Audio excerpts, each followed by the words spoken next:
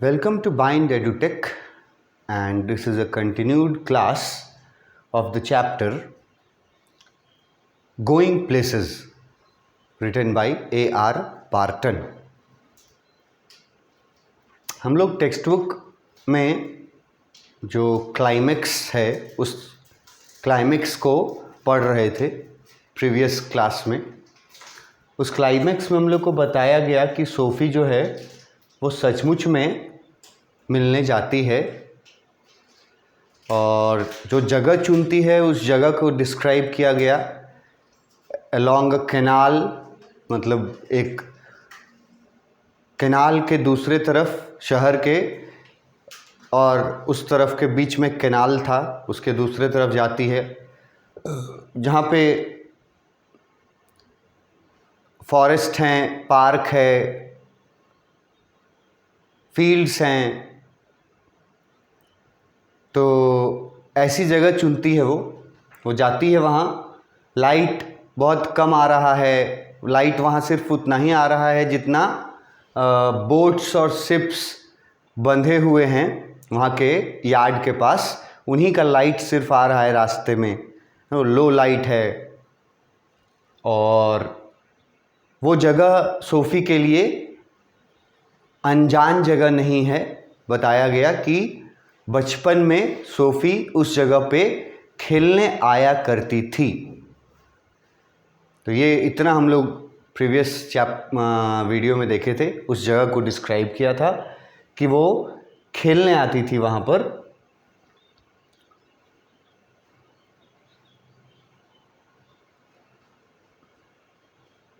यहाँ पर इस लाइन पे थे हम लोग। It was a place she often played in when she was a child. वो जगह जो थी वो जगह उसके लिए पहचानी जगह थी क्योंकि वो अपने बचपन में वहाँ पे खेलने आती थी।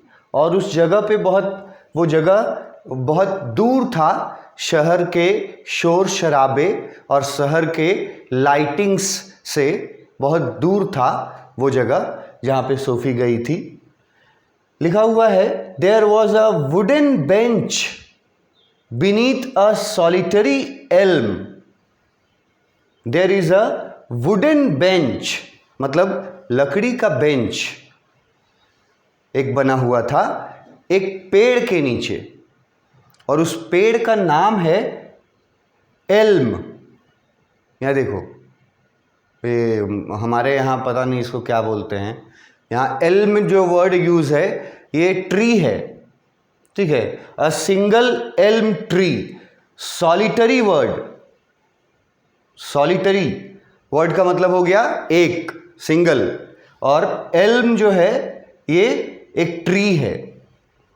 तो उस जगह पर एक सिंगल ट्री था एल्म का, उस ट्री के नीचे वुडन बेंच लगा हुआ था लोगों के बैठने के लिए। वहाँ ट्री के नीचे वुडन बेंच लगा हुआ था। ट्री का नाम याद रखना, एल्म ट्री, और वो सिंगल मतलब सॉलिटरी, एक ही ट्री था वो। उसके नीचे वुडन बेंच लगा हुआ था। वेयर लवर्स समटाइम्स केम, लिखा है कि ये वैसी जगह थी जहाँ लोग, एक दूसरे को प्यार करने वाले लोग एक दूसरे से मिलने आया करते थे, तो उसी वुडन बेंच पर बैठते थे। लिखा हुआ है wooden bench where the lovers sometimes came. ऐसी जगह थी जहाँ पे कपल्स जो हैं वो आते जाते रहते थे और वो बेंच वहाँ उनके बैठने के लिए था। It was the perfect place, she had always thought so, for a meeting of this kind. उस जगह के बारे में बताया गया है कि it was a perfect place. SoFi के अकॉर्डिंग वो जगह सबसे परफेक्ट जगह है for a meeting of this kind, जिस तरह की मीटिंग के लिए वो आई थी। मतलब कि वो अकेले में डैनी कैसे से मिलने आई थी। वो नहीं चाहती थी कि लोग देखें, लोग सुने उनकी बातों को, तो वो एक ऐसा जगह चुनी जो शहर से काफ़ी दूर था, कैनाल के उस तरफ था, जहाँ पे लाइट भी बिल्कुल कम था। लाइट का सोर्स क्या था वहाँ बताया गया है, शिप्स एंड बोट्स को। और शोर शराबा जो था वो बहुत दूर था, शहर का शोर शराबा से बहुत दूर था वो जगह। और उस जगह पर एक एल्म का ट्री है, उसके नीचे वुडन बेंच है, और वो जगह सबसे परफेक्ट जगह है जहाँ कपल्स मीटिंग करने के लिए आते हैं, ठीक है, क्योंकि वो एक तरह से प्राइवेट प्लेस जैसा है। और उस जगह पे सोफ़ी जो है वो बचपन में खेलने आया करती थी, तो वो उस जगह को परफेक्ट प्लेस मानती है इस तरह के मीटिंग के लिए। किस तरह का मीटिंग के लिए? सीक्रेट मीटिंग के लिए, कोई ना देख पाए, कोई ना सुन पाए, इस तरह के मीटिंग के लिए उस जगह को वो परफेक्ट प्लेस मानती थी। और वो जगह परफेक्ट प्लेस था, इस बात से आपको सहमत भी होना पड़ेगा। हम लोग सहमत हैं कि जैसा बताया जा रहा है जगह, तो वो जगह तो सचमुच में परफेक्ट था ऐसे मीटिंग्स के लिए। बताया जा रहा है जगह जो है शहर से बहुत दूर है, ठीक है, शोर शराबे से बहुत दूर है, लाइटिंग से बहुत दूर है, तो ऐसा जगह तो परफेक्ट प्लेस होगा ही अगर किसी से आप सीक्रेट मीटिंग करना चाहें। For those who wished not to be observed, उनके लिए ये जगह परफेक्ट जगह था, जो लोग चाहते नहीं हैं कि लोग उनको ऑब्जर्व करें, मतलब कि वो मिले लेकिन लोग उनको देख ना पाएं। जो लोग ऐसा जगह चाहते हैं जहाँ पे लोग उनको ऑब्जर्व ना कर पाएं, तो वैसा जगह, वो जगह बिल्कुल परफेक्ट जगह था ऐसे मीटिंग के लिए। She knew he would approve, और वो जानती थी कि ऐसा जगह पे मिलने के लिए डैनी कैसे जो है उसके तरफ से परमिशन मिल जाएगा। वो ऐसा सोच करके ऐसा जगह चुनी थी। She knew he would approve, तो ही यहाँ डैनी कैसे के लिए है, और अप्रूव का मतलब है किसी उसकी बात को मान लेना, ठीक है। तो वो जानती थी कि ये जगह पे मिलना जो है वो एक्सेप्ट करेगा, इसीलिए ऐसा जगह चुनी थी वो।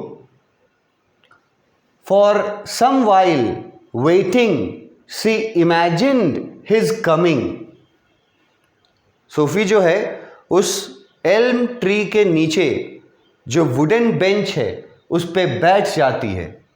फॉर सम वाइल मतलब कुछ देर वहाँ वो बैठती है। फॉर सम वाइल का मतलब है बैठ के क्या करती है, वेट करती है। किसके आने का? डैनी कैसे के आने का। और ये सब रियलिटी में हो रहा है जबकि सोफ़ी को पता है कि डैनी कैसे कभी ना उससे मिला है, कभी ना उससे वादा किया है मिलने का। फिर भी रियलिटी में सोफ़ी जो है आकर के बैठ के और वेट कर रही है, ठीक है, वुडन बेंच पे बैठ के वेट कर रही है उसके आने का, डैनी कैसे का आने का। वो इमेजिन करती है डैनी कैसे कि वो आ रहा है, his coming, she imagined his coming. बैठे बैठे वो इमेजिन करती है, उसको लगता है जैसे डैनी कैसे आ रहा है। She watched along the canal seeing him come out of the shadows. वो देखती है कि कैनाल के तरफ से, मतलब जो जिस रास्ते से वो आई थी उस रास्ते से देखती है, अलॉन्ग द कैनाल। उसको ऐसा लगता है, वो ऐसा इमेजिन करती है कि कैनाल के तरफ से, है ना, परछाई के रूप में किसी के आने की शैडो दिखाई पड़ती है उसको। शैडो वर्ड का मतलब क्या होता है? परछाई। परछाई, उसको शैडो कम आउट लिखता है यहाँ पे। तो सोफी जब वहाँ थोड़ी देर बैठती है, वेट करती है, तो कुछ समय बाद उसको ऐसा फील होता है जैसे कि कैनाल के तरफ से, क्योंकि वहाँ ज़्यादा लाइट तो था नहीं, तो विजिबिलिटी भी कम थी, तो सोफ़ी ऐसा इमेजिन करती है कि कैनाल के तरफ से किसी के आने का परछाई नज़र आता है। तो उसको लगता है कि डैनी कैसे ही आ रहा है, परछाई नज़र आया है, उसको इमेजिन की है वो, उसको ऐसा लग रहा है कि परछाई आया है, कोई उधर से आ रहा है, और वो सोचती है कि वो डैनी कैसे ही आ रहा है। Imagining her own consequent excitement, और सोफ़ी ये भी इमेजिन करती है कि ये सोच करके कि वो परछाई जो दिख रहा है वो डैनी कैसे आ रहा है, ये इमेजिन करके वो एक्साइटेड भी होती है। इसका कंसिक्वेंट मतलब रिजल्ट ये होता है कि परछाई आने को इमेजिन जब करती है वो, तो वो एक्साइटेड भी होती है बहुत अंदर से, एक्साइटमेंट, उत्सुकता होती है उसके अंदर से। Not until something had elapsed, ये लाइन को देखो, not until some time had elapsed, elapsed word का मीनिंग बताए हैं, टाइम पास्ड, मतलब कि कुछ समय सोफी को ऐसे ही बैठे बैठे बीत गया, टाइम बीत जाने को यहां लिखा है elapsed, ये वर्ड, टाइम elapsed मतलब टाइम पास्ड। बैठे बैठे सोफी एक बार इमेजिन करने लगती है, ठीक है, रियलिटी नहीं है, रियलिटी में बैठी हुई है, वेट कर रही है, और बैठे बैठे वो इमेजिन करती है कि जैसे कैनाल के तरफ से कोई किसी के आने का परछाई नज़र आ रहा है, और वो ये सोचने लगती है कि शायद वो डैनी कैसे ही आ रहा होगा, और ये सोच करके वो एक्साइटेड भी हो जाती है। पर थोड़ी देर में उसको फील होता है कि कोई नहीं आ रहा है उधर से, इट वॉज हर इमेजिनेशन। थोड़ी देर में उसको फील होता है, सोफ़ी को महसूस हो जाता है कि ये उसकी कल्पना थी, परछाई जो उसको दिखा था ये उसका इमेजिनेशन था। सोफ़ी को ये रियलाइज़ हो जाता है, और उसके बाद जब कुछ और टाइम बीत जाता है तब सोफ़ी जो है उसके मन में कुछ डाउट्स आने लगते हैं। सम टाइम इलैप्स्ड, कुछ टाइम बीत जाता है। Did she begin balancing against this the idea of his not coming.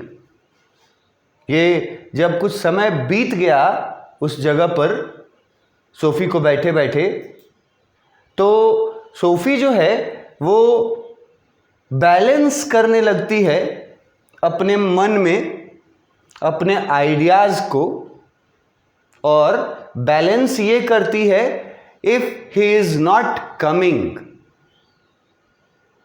कि अगर वो नहीं आया तो फिर क्या क्या रिजल्ट होगा। सोफ़ी जैसे ही टाइम पास होते जाता है ना, समय गुजरते जाता है, 5 मिनट बीतते हैं, 10 मिनट बीतते हैं, एक समय उसको लगता है जैसे कि कोई परछाई आ रहा है, लेकिन फिर वो फील करती है कि नहीं, ये उसका इमेजिनेशन था। उसके बाद फिर बैठे बैठे कुछ और समय बीत जाता है, 10 मिनट, 15 मिनट, 20 मिनट और समय बीत गया। तो जब ज़्यादा समय बीत गया तो सोफ़ी के मन में अब ये भी विचार आ रहा है कि हो सकता है कि वो ना आए, उसके नहीं आने का भी विचार आ रहा है। The idea of his not coming, कि हो सकता है कि वो नहीं आएगा। अब सोफी को डाउट होने लगता है उसके आने पर। तो ये पैराग्राफ का, ये तुम्हारे टेक्स्ट का पार्ट था जो यहाँ से शुरू हुआ था कि सोफ़ी मिलने जाती है रियलिटी में, और टाइम क्या था, आफ्टर डार्क। ये याद रखना कि शाम होने के बाद सोफ़ी जाती है और पूरा फिर उस जगह को डिटेल में बताया है कि वो कैसी जगह थी, है ना, और वहाँ पे सोफ़ी पहले आई थी या नहीं, वो जगह उसने क्यों चुना, है ना, उस जगह पे पेड़ के बारे में बताया गया। फिर सोफ़ी जो है वो इमेजिन करती है, वेट करती है बैठ करके, और फिर जब ज़्यादा टाइम हो जाता है तो फिर उसको लगने लगता है कि शायद वो अब नहीं आएगा। यहाँ तक का हम लोग टेक्स्ट बुक कवर किए। इसी का एक्सप्लेनेशन जो है, जो मैंने ओरली आपको दिया, वो एक्सप्लेनेशन क्विकली देख लेते हैं कि क्या बोलता है। फर्स्ट पॉइंट में लिखा है after it had become dark, मतलब शाम होने के बाद। SoFi was walking along the canal, SoFi जो है वो दूसरी तरफ जाती है। It was a covered path, वहाँ शेल्टर्ड पाथ लिखा हुआ था, covered path. The covered path was getting light from the lamps of boats parked in the river. यहाँ पे रिवर वर्ड यूज़ करता है एक्सप्लेनेशन में। मैंने जो कैनाल वर्ड के बारे में बताया था कि वहाँ पर जो जिस पाथ पर वो चल रही थी, द कवर्ड पाथ, वहाँ पर लाइट्स जो है वो सिर्फ उन्हीं बोट्स और शिप्स की आ रही थी जो पार्क की हुई थी रिवर के किनारे। क्वेश्चन आपसे पूछेगा कि लाइट्स कहाँ से आ रहा था, कितना लाइट था। तो लाइट बहुत कम आ रहा था, और लाइट आ रहा था वहाँ पार्क किए हुए शिप्स और बोट्स से, वहाँ से लाइट्स आ रहा था, जो हम लोगों ने पढ़ा टेक्स्ट बुक में भी। उसके बाद वो जगह शहर के शोर शराबे से दूर था। ये बात यहाँ देखो लिखा है, the continuous noise humming of the city was not loud, मतलब शोर शराबा वहाँ नहीं था। It appeared to be coming from a large distance, मतलब कि बहुत दूर था शोर शराबे से वो जगह। सोफ़ी वहाँ खेला करती थी, ये बताया बचपन में। फिर वहाँ एक एल्म का पेड़ था, ठीक है, ये बताया। वहाँ वुडन बेंच लगा हुआ था, ये हम लोगों ने ऊपर पढ़ा। वहाँ लवर्स आते थे, कपल्स आते थे, ये हम लोगों ने ऊपर पढ़ा। और फिर वहाँ बैठ करके वो वेट करने लगती है डैनी कैसे का, बेंच पर बैठ करके। सोफ़ी सोचती है कि ये जगह परफेक्ट जगह है डैनी कैसे से मिलने के लिए। तो ये परफेक्ट जगह सचमुच में था, और कैसे था परफेक्ट जगह, क्योंकि ये शहर से दूर था, शोर शराबे से दूर था। No one can observe you, यहाँ लिखता है it was a meeting place, वो एक ऐसा जगह था मिलने के लिए, फॉर दोज, उन लोगों के लिए, who did not want people to see them, जो लोग दूसरों के नज़र में नहीं आना चाहते, जो लोग चाहते हैं कि लोग उनको ना देखें। तो ये जगह उस हिसाब से बिल्कुल परफेक्ट जगह था। और डैनी कैसे इस जगह को पसंद करेगा, अप्रूव वर्ड वहाँ लिखा था कि डैनी कैसे इस जगह के लिए अप्रूव कर देगा, ये उसको बात पता था। सोफ़ी बैठे बैठे इमेजिनेशन में एक बार जो चली जाती है कि डैनी कैसे आ रहा है, इमेजिन करती है, coming out of the shadow near the canal, Danny कैसे आ रहा है ऐसा उसको एक बार हम लोग एक वर्ड यूज़ करते हैं, हैलुसिनेशन, शायद उसको हैलुसिनेशन होता है। हैलुसिनेशन वर्ड का मीनिंग निकलता है भ्रम,